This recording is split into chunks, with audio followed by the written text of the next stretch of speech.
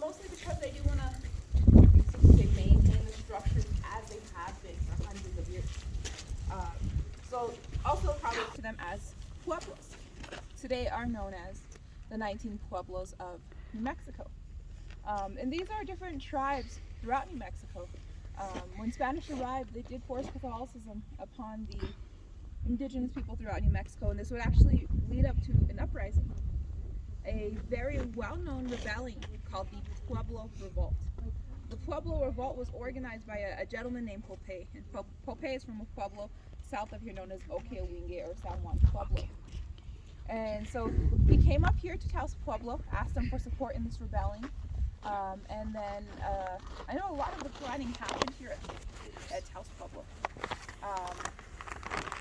And he sent out these runners with these yucca cords. Each cord, the yucca cords were given out. Each cord had so many knots tied in it. Every day, untying a knot until they got to the last knot.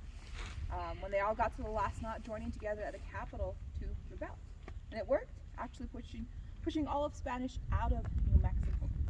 So this is known as the Pueblo Revolt of 1680. But 12 years later, 1692, Spanish returned. That'd be known as the Reconquest.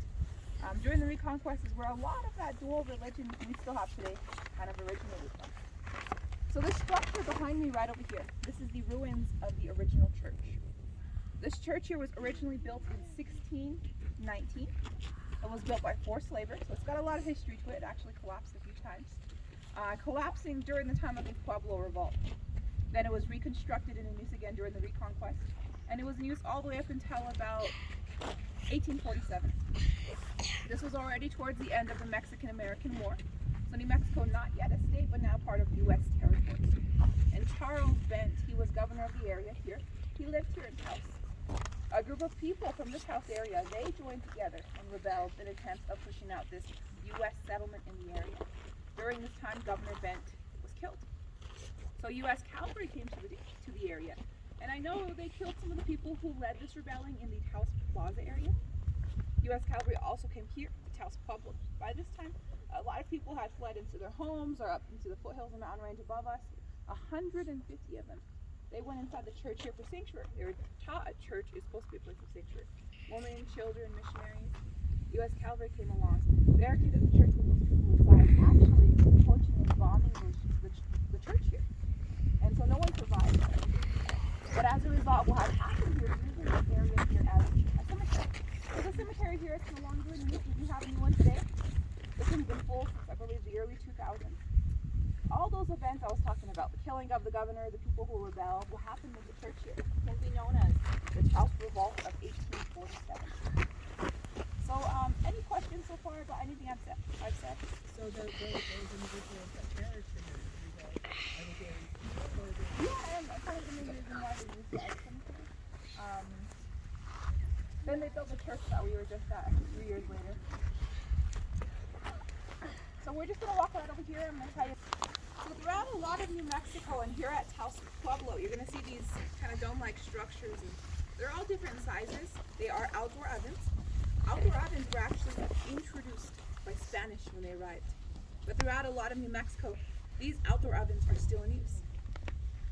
They are built similar to most structures here with adobe-style bricks, and depending on the size of an oven, can produce about 15 to 30 loaves of bread or batches of cookies and pies. So growing up here, I learned how to operate an oven just like these ones here. We've got one in our yard, and it's quite a learning process. You never know the exact temperature inside, so I've burnt a lot of cookies and bread. So the process of the ovens here is they take an armload of wood, place it inside, and start the fire. And they'll just continuously add in wood over time. And once they feel the oven is heated up enough, they actually remove all the hot ashes and coals out. So all that remains inside is residual heat. And when the temperature's right, place the baked goods in and cover up with cookies. So everything baking from that residual heat. They're usually baking the bread first and then removing the bread and then adding in the pies and the cookies afterwards because those bake at a lower temperature and a different time. These outdoor ovens are mostly in use for large family gatherings, so they can feed a lot of people. Any questions at all about the outdoor ovens? All right, everybody, so we're going to continue down this area here. There's a few icy spots, so everybody just watch your step. This is amazing. So beautiful. Daddy, look. I broke my Oh no, you broke your toe. wrist. Your wrist. We're gonna find a necklace. Okay, yes. Wow. It's amazing.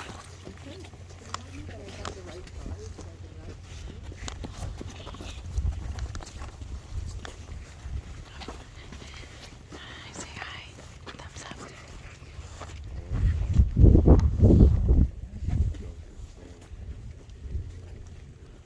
So there's a few good examples here. You see where this home, they removed the outer layer, so you get to see what it looks like underneath the outside layers of the structure. So the materials that are used to build structures here, it is just dirt, water, and sugar. Mixing that into mud and pouring the mud into these molds that are set to dry and cut, creating bricks. Using these adobe style bricks to build most structures here.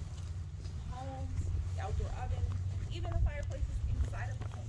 So you'll see these mud chimneys all over the area. Those are the original resources. Depending on the structure that's being built, it's a different size brick. So in between each layer of the bricks is mud that holds everything together. And the roofing are the wooden beams. And then other beams crossing them, and the same on top, bricks and mud. So the core of the structure part of the home, this outer layer, is what I'd say the main reasons why these structures are still standing today. This outer layer is what families routinely retouch almost every year. So retouching an outer layer, it's the same materials. Dirt, water, straw, mixing that into mud and plastering a new layer on. So a patch repair or an entire outer repair.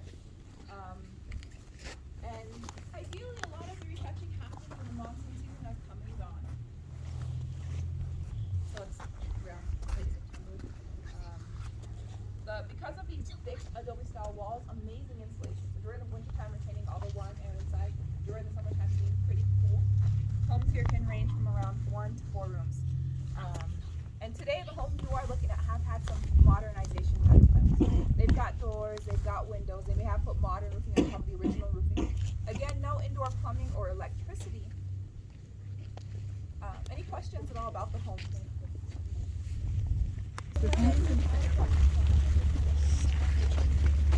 Yeah, reconstruction. The sign says real Indian stuff. I don't know what that means.